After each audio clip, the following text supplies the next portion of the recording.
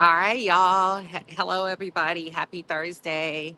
Welcome, welcome, welcome to the palace. Listen, I had to put on my glasses because I couldn't see nothing yesterday, and I wanted to make sure that I came back today and I'm ready to engage with you all. Y'all know I like to get straight to the point, but I figured let me mind my manners today and just say good morning. I'm not going to be able to highlight as many comments as I normally would if I were working from a desktop, so y'all just work with me today. I'm here live in front of the federal courthouse.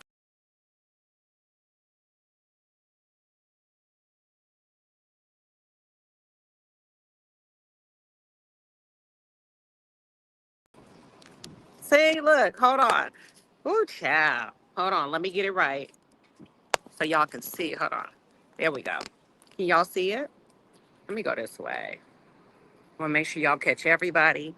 All right, let me get started because I'm doing way too much. Anywho, you see the courthouse in the back, and I'm reporting from the courthouse. So today we're starting at 11 a.m. because we do have a Jane Doe coming through.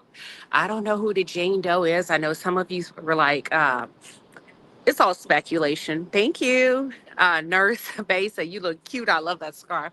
Listen, I had to hit him with the I had to hit him with the this morning. But listen, some people feel like it's Kamora Lee Simmons. I don't know. So I'm not gonna lie to y'all and say it is or it ain't. Thank you for the super chat. I appreciate you. Traveling G Moss. She says, "Good morning, Queen Sheba. You're doing a fabulous job. Thank you, thank you." I'm a little bit out of my element because, when you go live, you don't have a lot of time to prepare. I prefer to sit down and do my pre-record, but guess what? I got to roll with the punches, so I'm ready to go. We're gonna talk about Cassie's friend today. She lied. Cassie's friend took the stand on yesterday. She's a 33-year-old Asian female. Her background is a creative marketing director, and she's the young lady who claimed that Diddy held her on the 17th story balcony, dangled her over the balcony. Okay, she said that as a result of his behavior towards her, she was bruised, she was terrified, she was trembling, and some other mental health effects following that incident with Diddy on that night.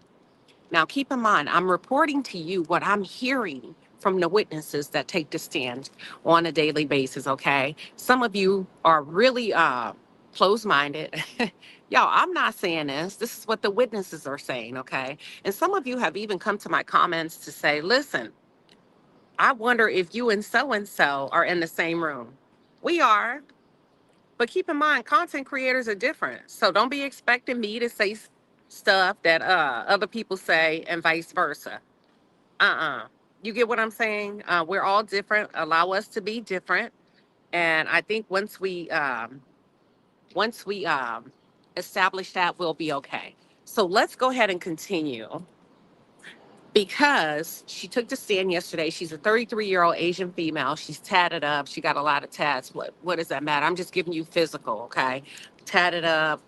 Her hair was dyed kind of like a blondish brown color, like a honey blonde color. She stands about, I'm gonna say about 5'6". Um, so she started the prosecution. They warm her up. She's testifying on the behalf of the government, and she's just kind of recapping what happened between her and Diddy on that day. And then they showed her a photo of Cassie. And they said, "How do you know the young lady?" She said, "That's my good friend." She and Cassie met in 2023, 2024, and they met at a place called Young and Reckless, where she was a graphic designer. No, they first met at a place called Diamond, at the Diamond Supply Company. So what she and Cassie were trying to do, y'all, is they were trying to collaborate on merchandise and T-shirts. And it was really like the skateboard place that this young lady was hired at, and Cassie came on to kind of work there, even though Cassie was a recording artist. Keep that in mind. So Cassie was signed under Bad Boy, but she was working at this place called Diamond Supply Company with this girl, and Cassie was hired as the head designer. Okay, so they were trying to collaborate and come up with this like merchandise that they felt like was going to make a really big splash in the market. That's just giving you a little bit of background of how they came to meet. So at the Diamond Supply Company, Cassie's friend was the head designer. Cassie was the co-designer. And Cassie's friend said that she, Cassie, she had known Cassie for about a year. Okay. Now, this is her testimony. And she didn't meet Diddy until a year after she and Cassie had become friends. Her side of the story is she really wasn't too big and didn't really want to meet Diddy because, according to her, she said that Cassie relayed to her that Diddy was volatile. They had a volatile relationship. In their relationships, they would just randomly throw knives at each other. I'm just telling you, randomly throw knives at each other out of nowhere. Um, Follow me. She said a year later she met Diddy, and she was very hesitant to meet Diddy because she didn't like how Diddy made her friend Cassie upset all the time. And she also claimed that one time she saw Cassie with a black eye. Are y'all following me? Okay, I'm just giving you the rundown. And then they asked her, do you know any, okay, outside of Cassie, do you know any other producers in the industry? She said, yes, I do. I know Rob Holiday. She says, did they asked her, did you meet Rob Holiday before or after you met Cassie? She said, I knew Rob Holiday before Cassie. Okay, they established that. They said, tell us the nature of your relationship with Cassie. She said, we partied together. So basically, that's what she established. She and Cassie developed this friendship where they partied together. She said they smoked weed, they hung out, they did a lot of sleepovers. Said, okay. So then they go and they tell her, tell us a little bit about April 30th, 2016. They showed her a photo. It was she and Cassie out, and I think it appeared to be Hollywood. I could be wrong. She said they were out that day. They said, tell us how the day was. She said, we were just out. We were kind of doing some shopping. And she said, Diddy kept texting Cassie. She said, okay. I mean, they were asking her, okay. She said, Diddy texted Cassie a lot that day. And they said, did you know the nature of the text? She said, well, Diddy wanted to know where Cassie was. They said, did you realize that Cassie had given Diddy, your location, y'all's location, what you were doing and where you were? She said, no, I did not.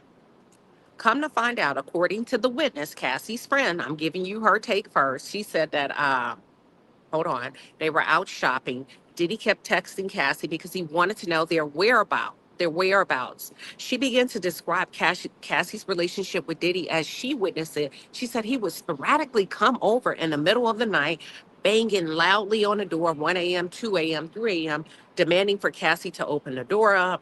And one time, Diddy was banging so loud that it woke her up. They asked her, where were you at? She said, I was on the couch. They said, okay. She said Cassie let him in. Listen, she said Cassie opened the door and Diddy just walked through, boom, and threw a knife. Okay. The prosecution didn't push back. They didn't ask her to elaborate or give any more details, but they did ask her, where was Cassie? She said Cassie was standing in the hallway. So they said, okay, Diddy's banging on the door. Yes. Sporadically in the middle of the night. Yes. He banged so loud that you were sleeping in the living room on the sofa. Yes. That it woke you up. Yes. What happened? Cassie let him in. What happened after that? Diddy just stood there and threw a knife. Let me check out the comments. Let me call out the, hold on, you said 2023? Yeah, okay. I probably misspoke. I did misspeak. Sorry, y'all, about the date. I made a mistake. I made a mistake about that, okay? Sorry about that. I retract that date. But thank you from my ones that are here. Hey, Carl. Is Carl up in here? Let me see. Let me see if Carl is up in here. I can't see, but I think you are. So, hey, Carl. Thank you. So, listen, I made a mistake with the date, but for my day ones, they corrected it in the chat for me. So, thank y'all. Now, does that make sense to you? I see you. Does that make sense to you? Somebody knocks on your door in the middle of the night. You open the door and they just go, boom, they throw a knife. That's her story. I'm giving it to you as she showed, as she told her story, right, to the prosecution. Okay. And they said, what happened when Diddy threw the knife? She said, hell, Cassie threw the knife back. Okay. And she said another time, they said, what happened? Did you stay? She said, yeah, I stayed over there. They said, okay. Tell us more about how that incident made you feel. She said, it made me feel very afraid of Diddy. I was very scared of him. And the first time that she saw an injury on Cassie is when Cassie had FaceTimed her before, and Cassie's face was bruised. Okay. They said, "Can you tell us about the 29th birthday party? What happened on Cassie's 29th birthday party?" She said that Diddy had given them drugs. They did ecstasy, they did weed, and they did ketamine. Okay. And she said, so they talked about the 29th birthday. I think she said that she witnessed, watch this, Diddy and Cassie fight. She witnessed Diddy and Cassie fight. They went on and they showed her another photo, and they said it was a photo and it looked like to me they were at a concert. They could have been at a party. It was this hazy, dark photo, and she took the photo. And so she said on that night, the reason why that photo stands out to her is because Diddy looked at her. They were high on coke. She was high on coke. Let me not misspeak. But she remembers Diddy looking at her and says, "I'm the devil, and I can kill you." Okay. Now, the prosecution, they do their job with her. At this point, I'm following her. I believe her. Let's be very clear. I believe her, and I'm thinking, damn. But I did wonder, even though I believed her, keep in mind, I'm in the courtroom. I'm sitting maybe 2 rows, sometimes 3 rows behind Diddy's family, but I have a clear line of sight of what Diddy looks like, how tall he is, how short he is. I can see her as the witness. And even though I believe her, I did wonder, how did he manage to physically dangle her over a balcony, considering her height, what appears to be her weight, and his height and weight? Because I thought, damn, if he did that, he really doesn't care. He is a monster because he could have dropped her. He doesn't look very strong to me. He's not little, but he doesn't look like a dude that possessed this massive upper strength to be able to dangle somebody from a 17th floor balcony and then pull them up and do it twice. That's all I'm saying. But I did believe her, and I thought, man, if he would have dropped her, if he would have dropped her, that's a very dangerous game to play. That's a monster. This is unbelievable. This is crazy. Maybe drugs make you 10 times stronger than what you would normally be in a sober state of mind. So the prosecution finishes asking her questions, and the defense take over, right? Keep in mind, I'm following her. I empathize with her. I absolutely believe her. Now, what I'm going to do, oh, the prosecution continues to question her. And then I see this photo, and it appears to be a breast. And they said, "Can you tell us what happened on the photo?" Now, let me tell you what I saw on the photo on the screen. It was a bruised breast. Okay. And she said that that was her breast. And it's an injury that occurred in 2016, September of 2016. And she said her breast was bruised from Diddy dangling her over the balcony. And then they showed another photo of her back. Now, let me tell you what the back looked like. I didn't see any bruises on the back, but the back was red. And it was the color red as if you would get a sunburn.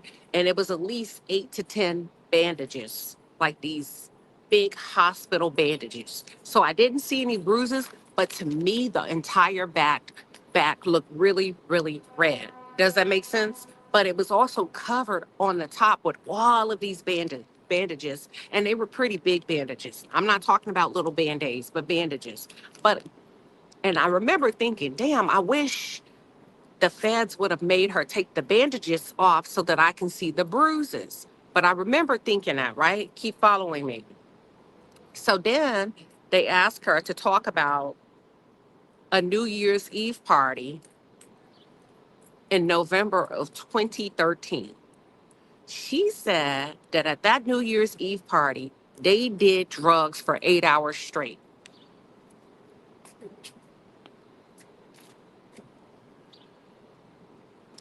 I'm just telling you what she said. We're going to continue. She said they did drugs for 8 hours straight. Now, let me ask you this. Is it possible? I don't know if it is. Hell, I don't do drugs. Is it possible to do drugs for all of my clinical professionals Can you do drugs for 8 hours straight without having any type of medical implications? That's what I want to clarify. I just want to know because I feel like the more information we have, the more well informed we are. So she said what they did that night was ketamine. And then she said Diddy would go into these drug fueled rages. Okay. This is her testimony. So they asked her, let's talk about January 2020, which was 5 years ago. What happened in January of 2020? Well, what happened in January of 2020? She hired an attorney by the name of Tyrone Blackburn. Okay. And that attorney did not file a civil lawsuit. What he did was drafted up a demand letter demanding $10 million from Diddy. Follow me very closely. The first attorney is Tyrone Blackburn, wrote a letter to Diddy, said, listen, you're going to give us $10 million. Now do the math. If she would have gotten that $10 million from that demand letter, that attorney, Tyrone Blackburn, would have taken 33%. I'm just giving you the numbers. Okay. They told her, well, how did you even come to getting an attorney? Come to find out, there were conversations and texts between her, Cassie, a girl named Tiffany Grant, Rob, Holiday. They all got together and they talked about this demand letter from what I got, okay? And they were talking about who could they corroborate, who could they utilize as individuals to corroborate her story of being dangled over the balcony. And that's some of the names I gave you: Tiffany Grant, Tyrone Blackburn, Rob Holiday. And then that made me start thinking about the second half of Mia's testimony. Because if you remember, Mia also sent, maybe some of you don't know, but I do.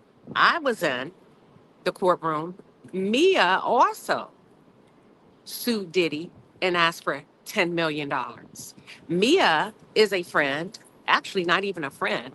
Mia described her relationship with Cassie as being more than a friend, and that's my sister, right? Then you have this girl who's also asking for $10 million.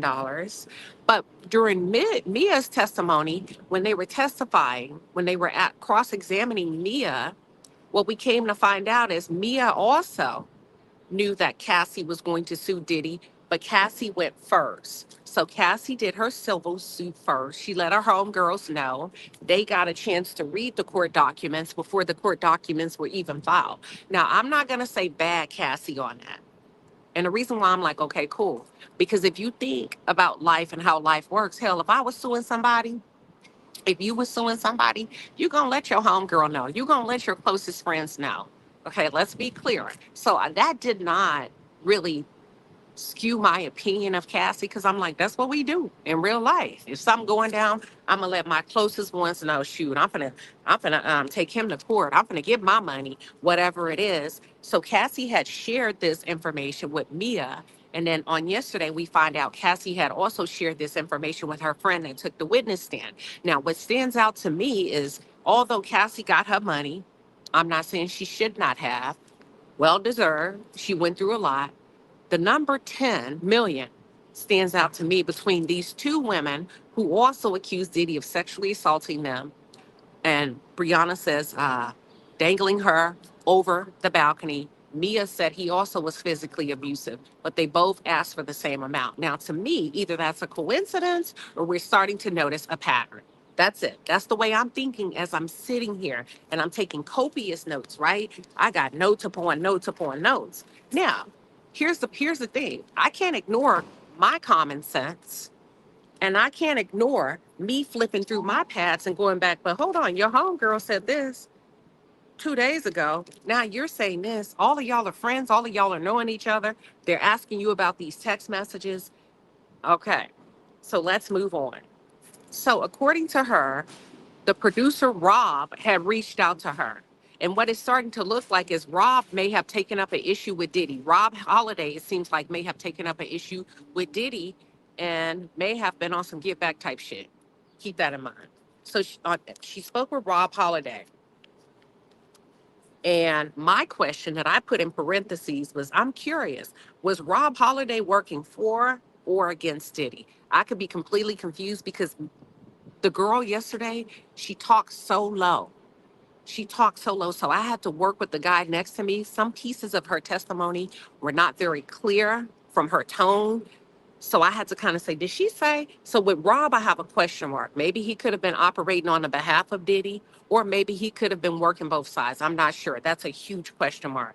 Now let's move to when the defense cross-examines this girl. Okay. And let me tell you who cross-examined her yesterday. Nicole, Nicole Westmoreland. Now, if you're familiar with Nicole, she was on the YSL trial.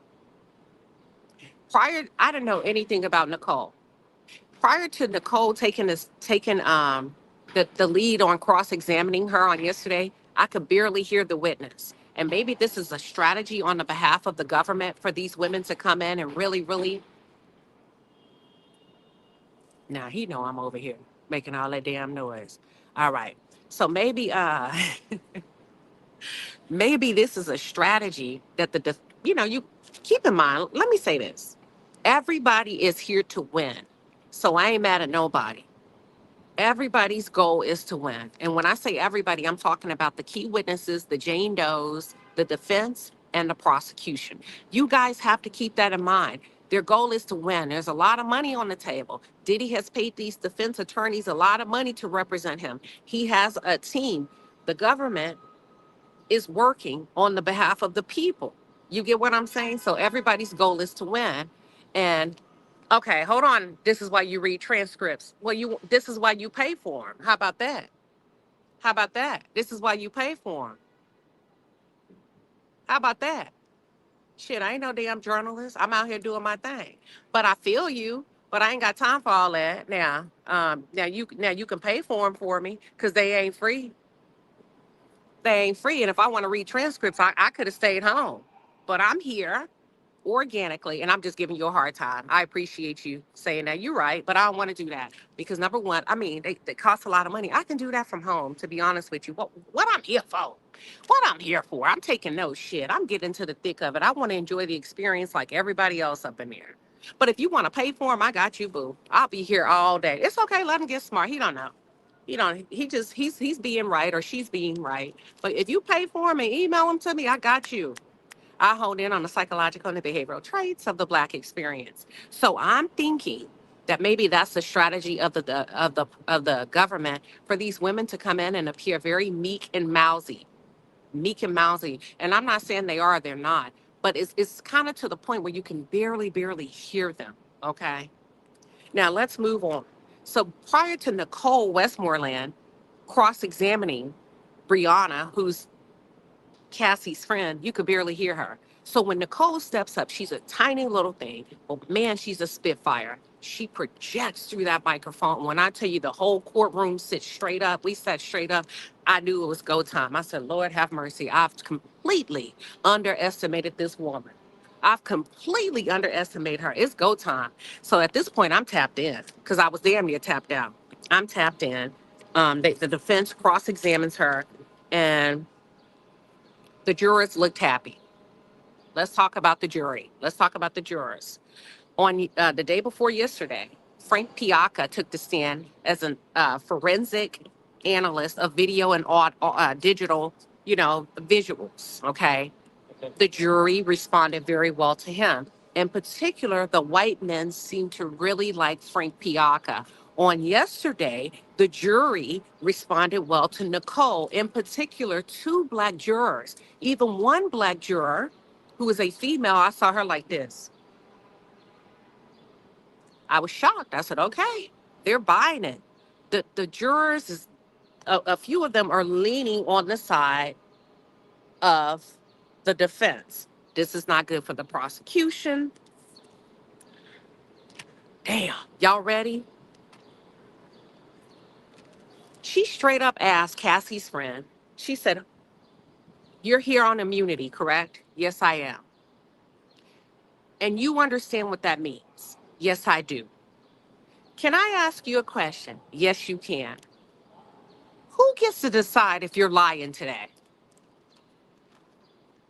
Damn. I was like, we starting off like that? Who gets to decide if you are lying today? Brianna responds, the prosecution, meaning the government, the state. She says, okay, thank you. She says, wait a minute, hold on. So let me go on and then I'm gonna read the small notes. So at that point, I thought that was a great opening question because that was a bad answer. You know who gets to decide if she's lying? The jury. The jury gets to decide. But you said that girl said the prosecution. I was like, damn, got her. So the prosecution says, how long were you and Cassie friends before you met Mr. Combs? She said, we were friends for 1 year. She says, can we talk about the 29th birthday party? She says, sure. She says, is there a reason that you failed to tell the courtroom today that this was actually a surprise birthday party? We were like, oh, damn.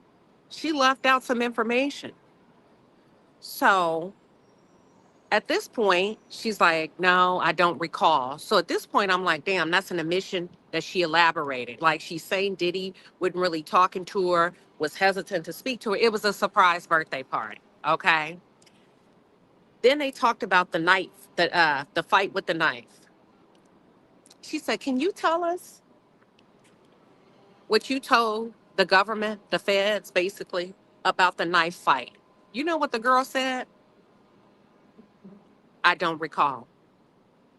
She said, ma'am, you just talked to the prosecution and told them, did I not hear you correctly?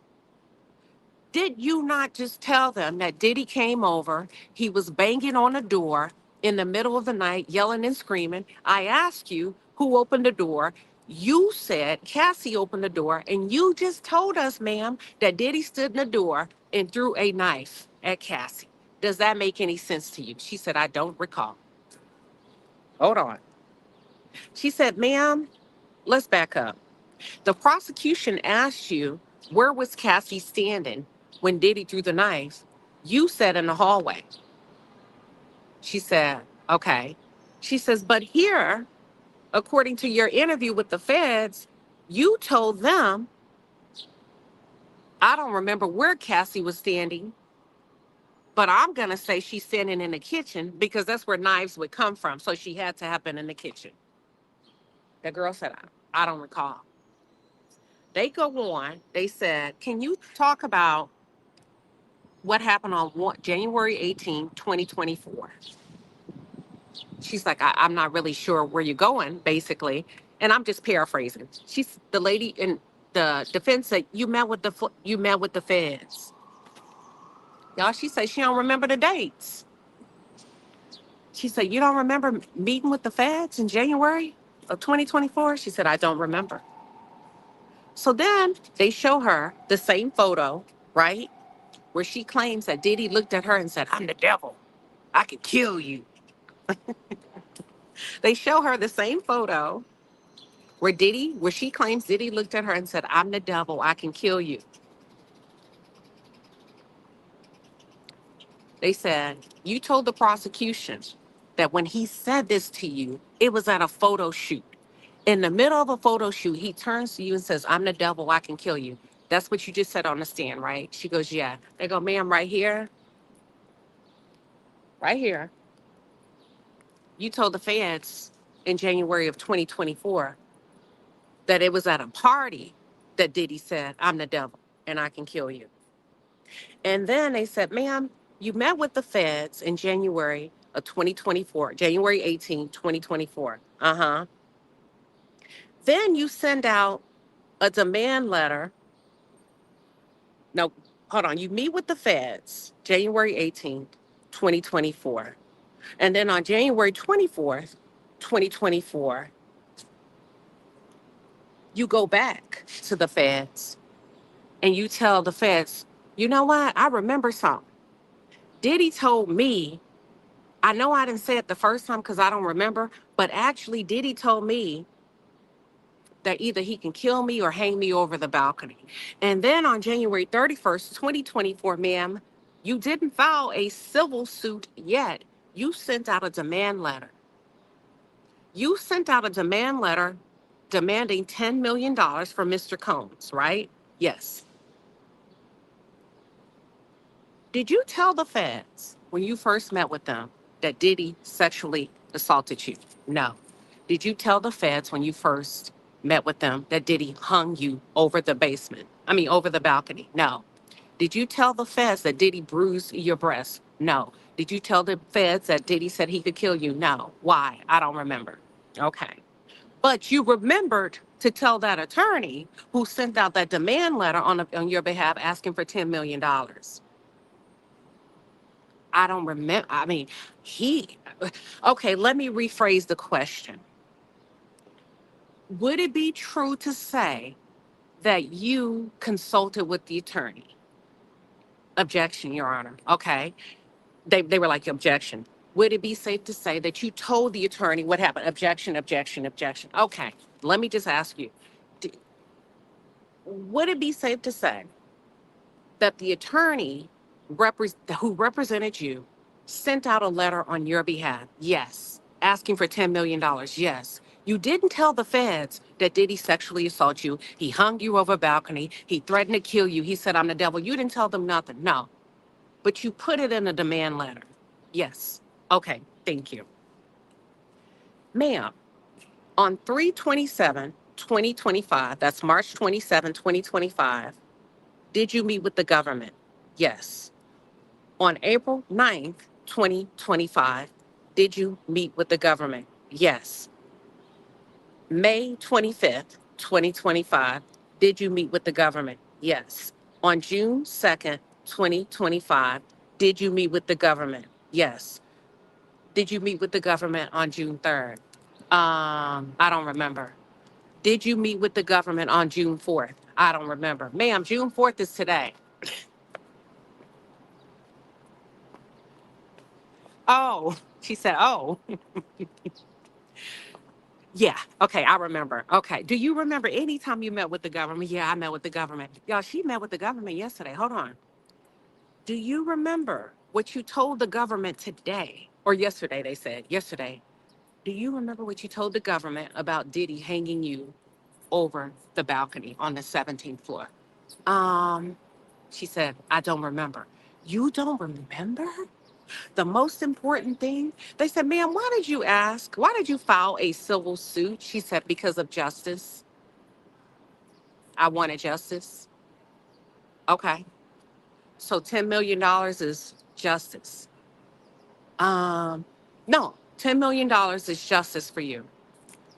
She said, yes. Okay. So they go up and they said, you don't remember what you told the feds about him hanging you over the balcony? That lady busted out smiling, laughing, and said, I don't recall. We were like, whoa. They said, okay, do you recall giving the government, the feds, a list of known drug dealers? No. You don't remember? Let me refresh your memory. Did you not tell the feds that Ray J was the dealer for Cassie?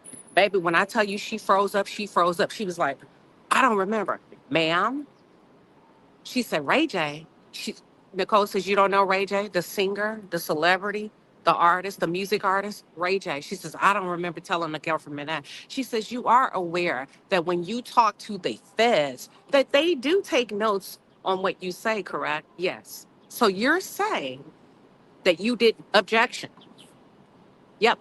Ray J is named as the drug dealer. So watch this. She said, according to your conversation with the feds, you told them that Diddy was upset with you and Ray J for giving Cassie drugs, lots of drugs. As a matter of fact, y'all gave her so many drugs, he came to confront you and told you, don't give her any more drugs. Did you tell the feds that? She said she didn't remember. That's what she said. She said she didn't remember. And I gave you all a list of drugs on yesterday, but I'm going to reiterate the drugs that she named off that Ray J provided.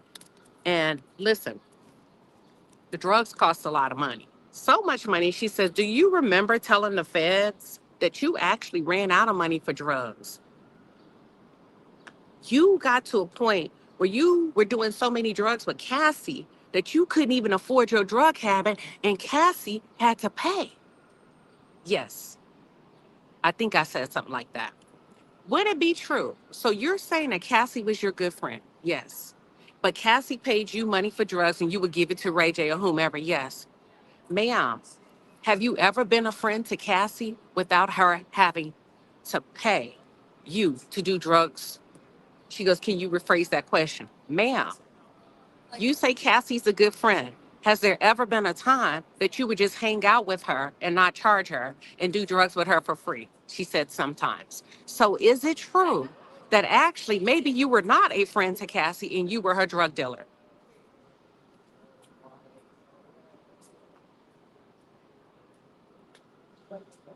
Yo, let me get my notes. So at this point, when I heard that she met with the government, all those times we're talking one, two, three, hold on, one, two, three, four, five, six, seven, maybe eight, between 7 to 8 times. By the time she spoke with the feds, which she recalled, she said she don't remember. When you tell the feds that you start running out of money for drugs, either you high or you out of your damn mind. So in my brain, I'm like, oh, they was trying to hit a lick. They really out here trying to hit licks because these drug habits are so high in Hollywood. I guess it'll price you out of that lifestyle. But the crazy part about it all, we give these people a pass because of aesthetically. They are beautiful. They're they look good in clothes. They're beautiful. They appear to be well, but a lot of them are heavily addicted to drugs, you all. And in my opinion, you probably would have to be addicted to drugs to do some of the things that you do in order to stay in these circles, if you get my drift, okay? Because a lot of these women, let me tell you, including Capricorn, Mia, she didn't say this yesterday, but most of them have claimed to have been afraid of Diddy because they would lose access to the industry. I didn't say it. Read the transcript. Read the transcript. Okay. Now, they said, would it be safe to say that actually you and Cassie had a partnership in the drug game? She goes, what? Let me rephrase it. You and Cassie had a partnership in the drug game where Cassie would give you money for drugs and you actually made money off Cassie. So Cassie was almost your employer. I mean, Cassie's money kept you financially afloat. You would provide the drugs, go get them from Ray J or whatever, or however you did it. But Cassie's money, Cassie's habit was your source of income. She said yes. She did tell the truth about that. She admitted that. Okay. Let's go back. And they say, can we talk about February 21st, 2024? You sent your first demand letter for $10 million in January 18th, 2024, correct? Yes. You didn't get, look, she didn't get no money, so she got rid of Tyrone's black ass. Tyrone had to go. And she got her another lawyer 1 month after that. When I tell you, baby, the block was hot, and what I mean by the block is hot, that girl wanted that $10 million, okay? Tyrone couldn't get it done in 5, 4, 3, 2, 1. She went and got her another attorney and sent out a second demand letter on February 21st, 2024. Okay, got a new lawyer. And then she didn't get no money from Diddy in February of 2024. And then in November of 2024, we're talking what? February, March, April, May, June, July, August, September, October, November. 9 months later, she filed a civil suit. Now, keep in mind, Cassie got paid. Hers came almost a year after Cassie's. Okay, so she knew everything that Cassie was doing because they were good friends. And Cassie let her see everything. I'm not gonna judge Cassie for that because that's just how life goes when you're close to somebody, family, friends, and family. You're gonna put them on game. This is what's happening. I'm going through these legal proceedings. I'm gonna sue his ass. All right. Now, in her civil document, she claimed that Diddy was banging on the door, and she told. They said you told in your civil documents, ma'am, your story. Oh, yeah. So listen, I see what you're saying. They're saying that my Cash App is being rejected. Send it later tonight, y'all. I think I had 5 this morning, and Cash App only allows you a particular amount. Just send it later tonight, okay? If you can remember. Send it a little bit later because it's going to keep kicking it out. That's okay. It's not me. Just send it later on tonight before you go to bed. Thank you, everybody. I appreciate your support. So, they said, ma'am, your story continues to change. And not only does your story continues to change when you're talking with the feds or working with the government, it changes from when you're testifying with the prosecution and now being cross-examined by the defense. They said, when you sent out that demand letter, the civil suit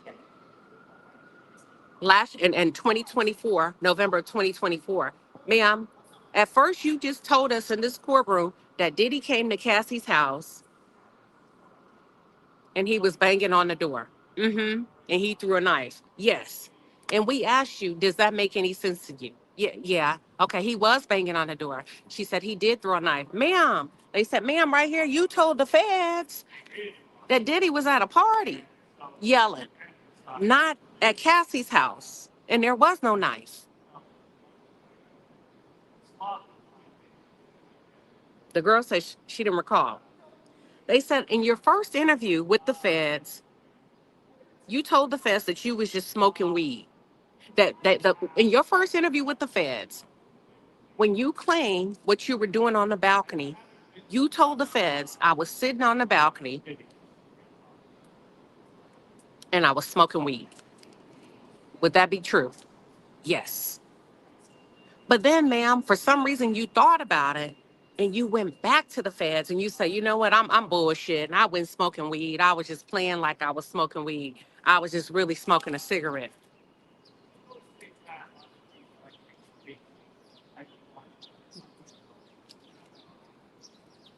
Yeah, I'm not gonna do this. Girl, is you okay? You did that to the feds? And I'm sitting here. Now we get to hear this info. So you told the feds that you was smoking weeds and then changed your mind and said, nah, I'm just bullshit. I was playing like I was smoking weed. Okay. Let's go to the rest of the notes, y'all. I swear I'm not making this up. They said, ma'am, you testified under oath to the feds that you were sitting on the balcony smoking weed one time, pretending to smoke weed the other time. But wait, you don't remember smoking a cigarette, but you said your back, when you're looking at the balcony, your back is to the door, right? You testified under oath here that your back was to the door. Yes. But girl, in your testimony with the feds, you told them that you were looking into the house, into the apartment, in the window, and Diddy came raging like a bull, charging at you, directly at you. Keep in mind, they asked her, the first opening question was, who determines if you're telling the truth today? That's all I'm saying. So basically, Nicole said, you lied about being sexually assaulted on the balcony. They said, objection.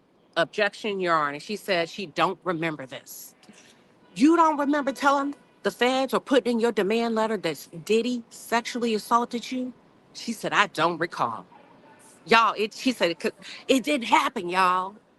Would you not remember if you got grapes? And I'm not trying to be a bitch or listen. Would you not remember detail to detail? She said she don't recall today in the courtroom. She don't recall the feds, nothing. She don't remember. She don't recall. Listen, she says she don't remember saying that she was sexually assaulted on the balcony. I kid you not. They said, ma'am, in your civil complaint, you said, y'all, that's the part I told you yesterday. Not only did you say you were sexually assaulted on the balcony, you said he broke your breast so hard, he left a really big bruise, and he dangled you over the balcony. And in that moment, you found the strength to pull yourself up. Hold on. Pull yourself up. You pulled yourself up to safety, climbed over the balcony, and he picked you up and did it again. Listen, but You told the feds. Okay, she told the feds that. But then she said no. What she was saying is her foot hit the her foot hit the rail on the balcony. She was backing up and her foot touched the balcony. And then it touched the balcony again. They said, so you never told the feds that he did anything sexual to you, basically, is what they're saying. She never told the feds, and she's met with the feds 7 to 8 times. There's never been any mention. I don't know if she's lying to the feds or I don't know if she was lying in the courthouse, but she was saying she don't recall ever saying anything to the feds about a sexual assault on yesterday in the courtroom. My thing is, it don't matter if you did or you didn't. Either you lied to them or you lied to the jury. That's it. So to me, she was not a credible witness. Okay, because on 4/9, they said, but wait a minute, on April 9th this year, 2025, you changed the story and said, now you're saying instead of being hung over the balcony, your foot touched the rail. Y'all, when we talk about sending somebody to prison forever, baby, I'm gonna need you to know every single detail. I need you to know if you was over that balcony, or I need you to know if your foot touched the rail. Either way, it don't matter to me. Just tell the truth. The jury deserves to know. The people deserve to know. You know what I'm saying? And maybe it's not a big deal, but to you, that could be a big deal if your personal space was invaded. Just tell the truth. Y'all, they hammered her ass so bad on that stand. That girl blurted out, I don't remember, and laughed.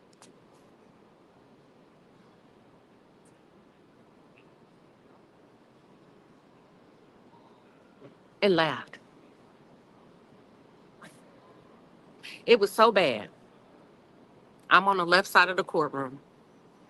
And when witnesses come in, they get to bring people to support them that are on the right side. Listen, I saw whoever with her, they were like this. It was bad. That's what I wonder. Pink Hearts Forever said, was she high? She could have been. She could have been, because let's get into it. She said on the they said on the balcony she had Molly, G, and cocaine in her system.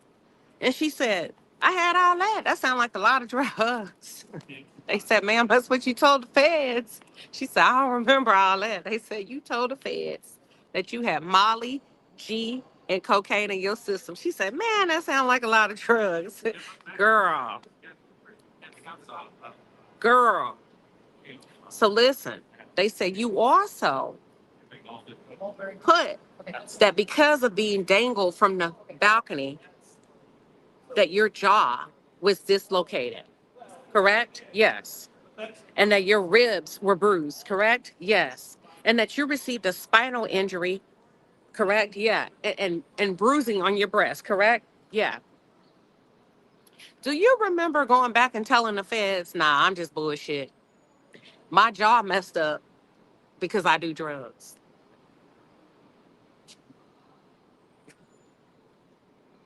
My jaw is messed up because I do drugs. And not only that, my spine hurts because of how much Valium I take. And your jaw twists or whatever it does, because I think ecstasy does that, or is it Molly? Y'all, horrible day. Horrible day for Cassie's friend that testified. Not only was it a horrible day, I'm very concerned because let me tell you something about, I don't know anything about being addicted to drugs, thank you, God. But I do know, I have enough sense to know that you're not supposed to be around people that use. And that's why I'm concerned about Cassie, because the girl gave the impression that she and Cassie are really good friends. They still talk. As a matter of fact, a lot of them still talk to this day. A lot of them that took the stand, what we came to find out, text each other, running down the play what's happening in court. And they're not supposed to. I know that. I know she just, they asked her, did you talk to Cassie yesterday? Look, there you go. Somebody said, come on, y'all. Listen, listen. Why you gonna tell the feds that man did that to you when you know that's the ecstasy? I'm just saying. Somebody say, come on, y'all. It's a lot. Okay. Now let me get back into this. Hold on. Let me get back to this. They said, they backed up and they said, let me ask you something. When you met, when you started working with Cassie at the Diamond Supply Company, you were the head designer and Cassie was the co-designer. Is that correct? She said yes. So your job as a head designer was to extract creative ideas from Cassie. Would that be correct? She said yes.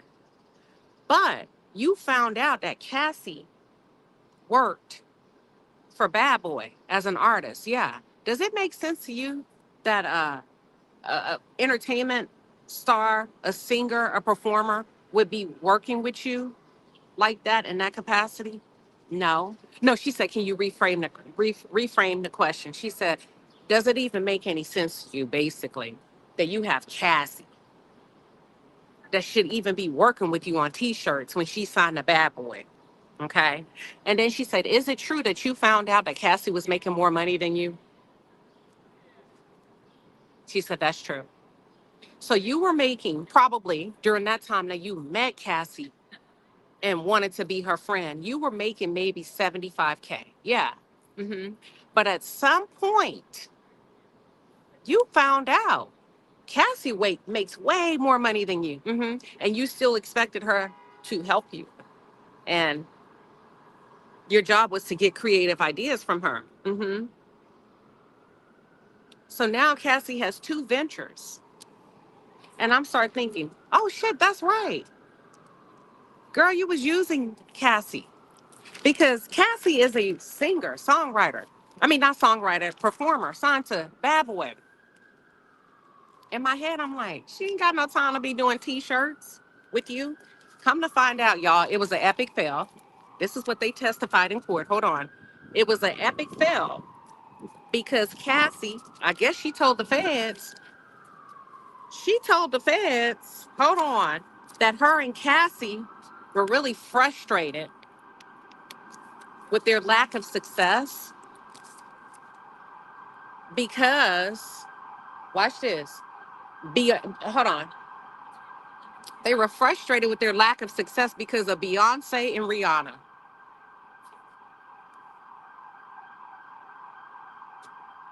Yep. Beyonce and Rihanna were their competitors. And because of Beyonce and Rihanna, their merch wasn't doing very well. Um, yeah, I said, damn. I believe it. Let me tell you why I say I believe it. Because who testified on the stand? Capricorn Clark, I do believe, testified that at one point she told Cassie, you need to leave him. And Cassie said, I can't, because Jay-Z is what? Taken.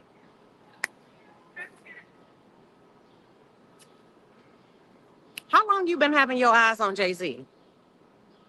I don't seem flawed. This ain't no interview. I'm telling you what happened. Y'all, okay, listen, you saying, nah, I see what you want me to say. You want me to make up something? It's not, I'm telling you what happened. Hold on, let me go find it. Okay, Starla says this take on the test a bit off, but see, that's your take. I didn't perceive her testimony this way, and that's why you get to go live. That's why you get the opportunity to go live and give it from your viewpoint and what you hear and what you thought you heard. What I heard was a liar. What I heard was somebody that didn't recall. What I heard was somebody that made very serious allegations, and when it was time to corroborate and give intimate details, highlights, dates, moments, times she couldn't remember.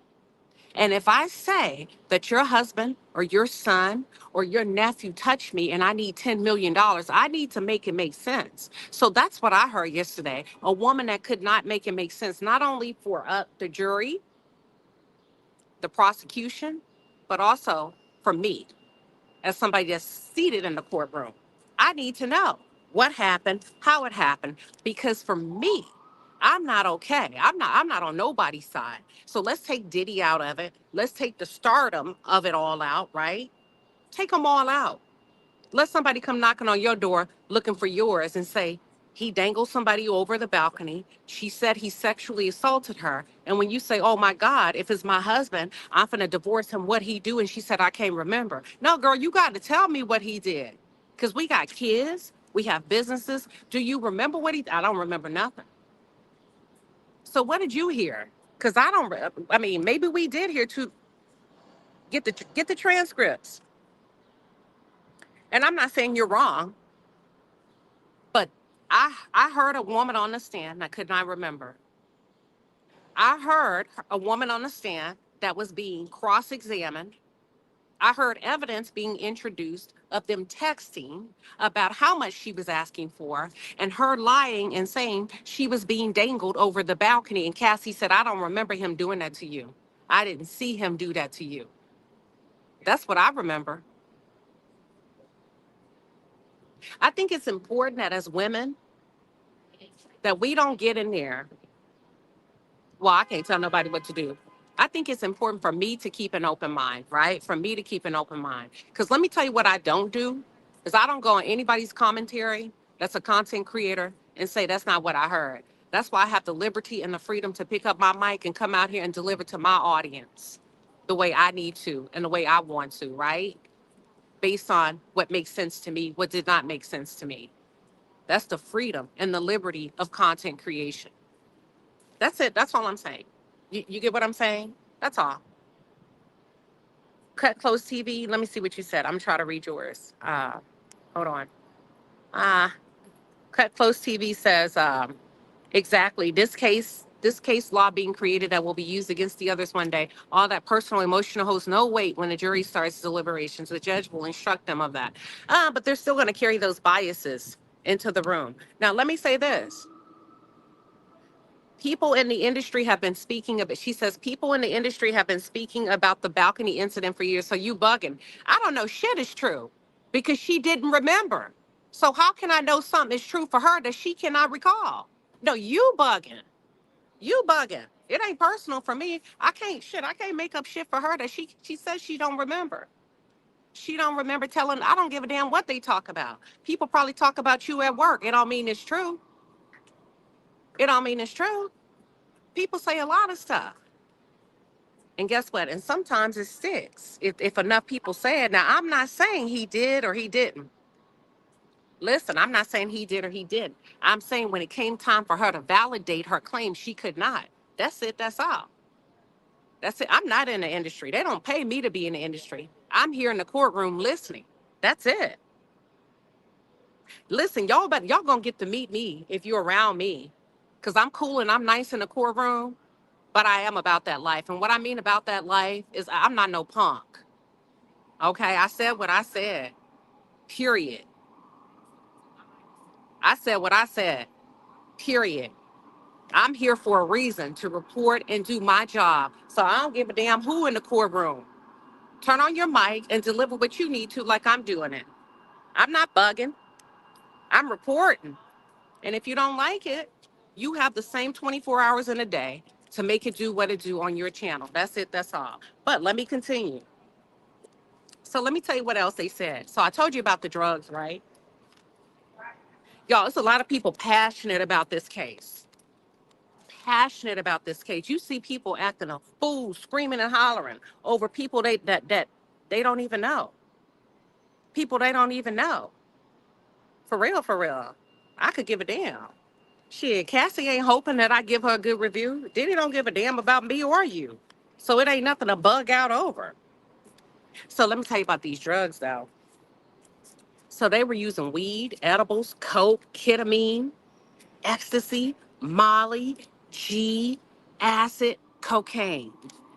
Do you remember that, ma'am? Or you don't remember? So I'm bugging? You didn't hear none of that? You was in the courtroom. Okay. But anywho, and I don't even know who you are. You know who I am, and that's your advantage. But I don't even know who you are because you're using an emoji. That's all I'm saying. So you have a liberty of safety.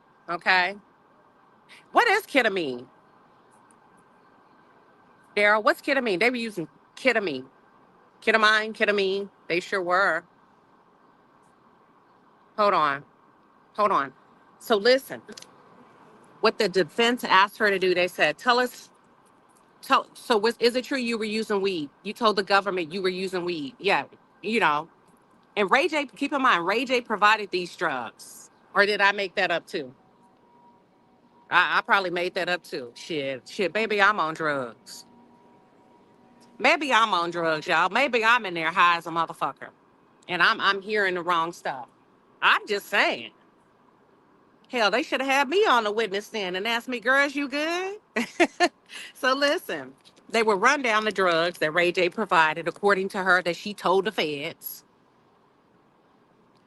You told the feds you were using weed, yeah? How did weed make you feel? Happy. You told the feds you were using edibles, yeah? How did that make you feel? That one I didn't hear.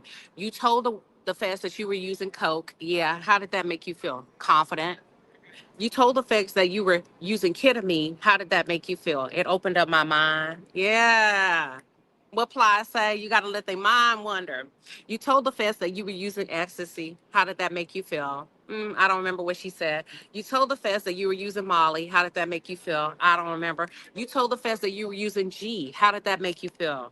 It gave me a combination between feeling like I was drinking alcohol and making me feel horny. Okay.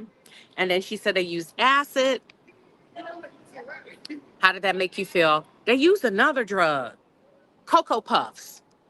They used a drug called Cocoa Puff, and according to her, what she shared with the feds is Cocoa Puff was was both her favorite and Cassie's favorite. They like Cocoa Puffs. They were cuckoo for Cocoa Puffs. Now I don't know what Cocoa Puff is. Y'all, let me know, what is a damn Cocoa Puff? What's Cocoa Puffs?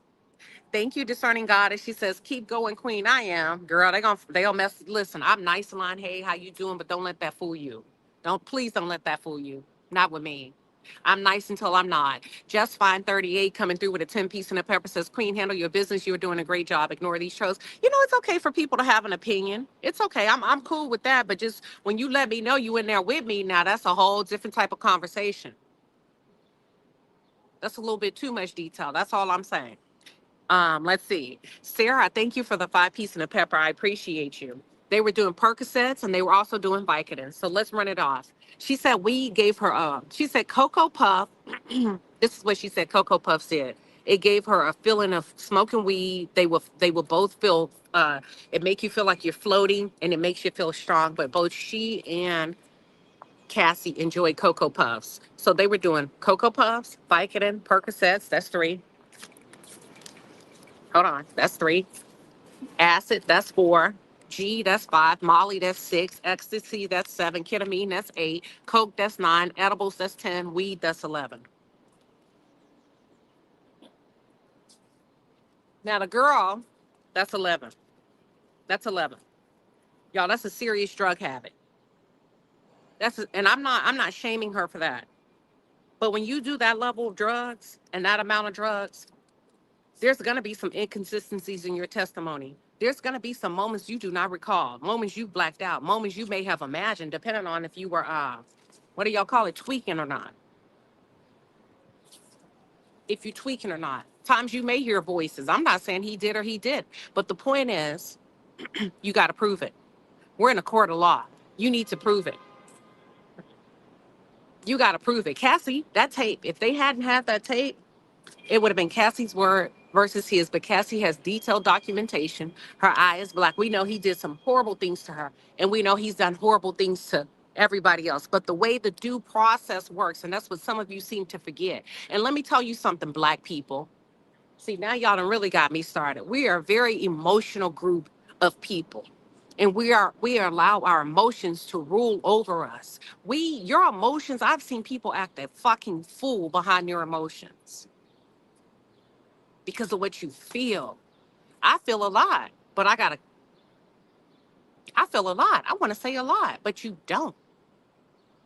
And sometimes you got to sit down somewhere and be open and just listen, take notes, go back, decompress, process. And at the end of the day, the question should be, does it make sense? If it don't make sense, if it's not lining up, somebody lied. Either you're lying or they're lying. But guess what? It's her job to be able to articulate timeline, details, recall of memory, everything that she is claiming under oath when she's been granted immunity. That's it. That's it. That's all. That's it. Let me see what else. What else? Um, oh, a good point that the defense did. They said you met Cassie, you were friends with Cassie for about a year, right? Mm-hmm. Your first time meeting Cassie, what did y'all do? She said we hung out. No. What did y'all do? Oh, we had a photo shoot. Okay, not your first time meeting her. Your first time hanging out with Cassie. What did y'all do? I'm sorry, I retract that. What did you and Cassie do your first time hanging out? She said, we just kind of hung out and, chilled out. What else did y'all do? We did a photo shoot. Where? In the pool. Whose idea was it? Mine. What did Cassie have on? Just a t-shirt. Whose idea was it for Cassie just to wear a t-shirt, y'all's first time hanging out and getting in the pool to do a photo shoot? She says mine. Okay, so would you say you influenced Cassie to do that? Yes. And she did it because she's your friend? Yes. Okay. What else did y'all do? We did, basically they did drugs. Okay. So her first time hanging out with Cassie, she convinced Cassie to take off her clothes, put on a t-shirt, get in the pool, do drugs, and do a photo shoot. She said, would it be safe to say that from that moment on, a big majority of your time spent with Cassie was doing drugs? Yes. At one point, is it true? She said, let's go back. Let's go back. You told the prosecution that you didn't meet Mr. Combs until a year after you knew you and Cassie were friends. So you and Cassie have been friends for a year, and it took a year for Cassie to let you meet Mr. Combs. Yes. Is that because of Cassie or is that because of Mr. Combs? She said, because as a matter of fact, your first time meeting him was at a dinner party at his home, correct? And you told them that he was really standoffish from you, correct? Yes. So would it be true that actually you got to go to his house because you were Cassie's guest? She said, yeah. But the entire year with Cassie, y'all were doing, every time you hung out, y'all were doing drugs all the time. That's correct. That's correct. So would it be safe to say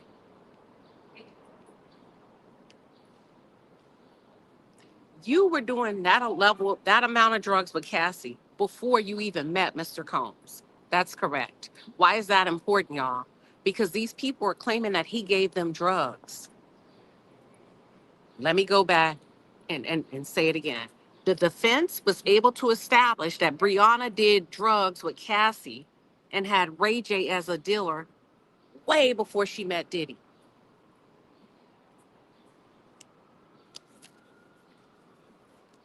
Ma'am, yes. Do you recall at one point you sold pills to Cassie? Yes. As a matter of fact, that deal that you did with Cassie required hundreds of pills. Yes. So a number that was so much that even you were concerned and nervous about the amount of pills that you went and got for her. That's correct. Hundreds of pills, y'all. Watch this. And you did this not even a year into the relationship of meeting Cassie. You gave her hundreds of pills the first couple of months that you knew her. Would this be accurate? Yes.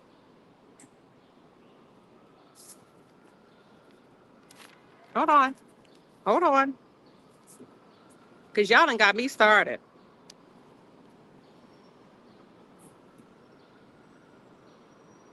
She also shared with the feds that a lot of times, now I don't know where they were going with this, if they were trying to imply more than just a girly friendship between her and Cassie. I think they were trying to teeter along that line and probably decided to get off of that. And let me tell you why I'm glad they didn't do that. Because that's not illegal. It has nothing to do with nothing. And maybe, I kind of feel like maybe they were trying to establish somewhat of a sexual relationship without really doing it. They were trying to get a feel. I'm glad that I'm glad they didn't do it because it would have been tacky. Does that make sense? But if they did do it, I believe that the reason for doing so would to be establish a level of promiscuity. That's all I'm gonna say. Okay. Now let me say this so y'all can know who I am. Because we have this saying that sometimes you need to let people meet you. Meet you. So I want those of you that are new here today to meet me. A lot of y'all have become accustomed to running around and throwing your weight around on different content creators' pages, and you have your faves that you follow. I think that's okay. I think that's a great thing. I think we all appreciate the support. However, don't get it twisted. Mind your manners.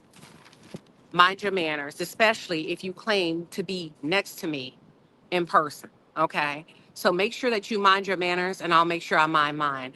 Other than that, you're more than welcome to come here, but don't allow the rah rah, the yay yay to cause you to enter into a realm of being disrespectful because you hear some shit that you don't like and you can't manage yourself on the internet and pull back and say, let me process, or maybe that's not my channel. That's all. You see how easy that is? But you don't have to enter into the realm of disrespect. I like y'all. Like I said, tomorrow I may say something different. I may come out of that courthouse and say something completely different based on what's happening in real time, based on what's coming out of the witness's mouth. But what I will not do is, because I'm a woman, is sit back and back a lie. I don't feel good about that. I don't feel good about that. That's not cool to me. So that's what I heard. That's what I know. That's what I perceived. That's what I took. She's a druggie. She's a liar. She's struggling right now in life. Okay. Did some things happen to her? Maybe. Maybe. But when it came time to document it and detail it, she was unable to. And because of that, it was an epic fail for the defense. That's it. That's all. I said what I said. Thank you all for tuning in. I will see you later. Y'all have a good day.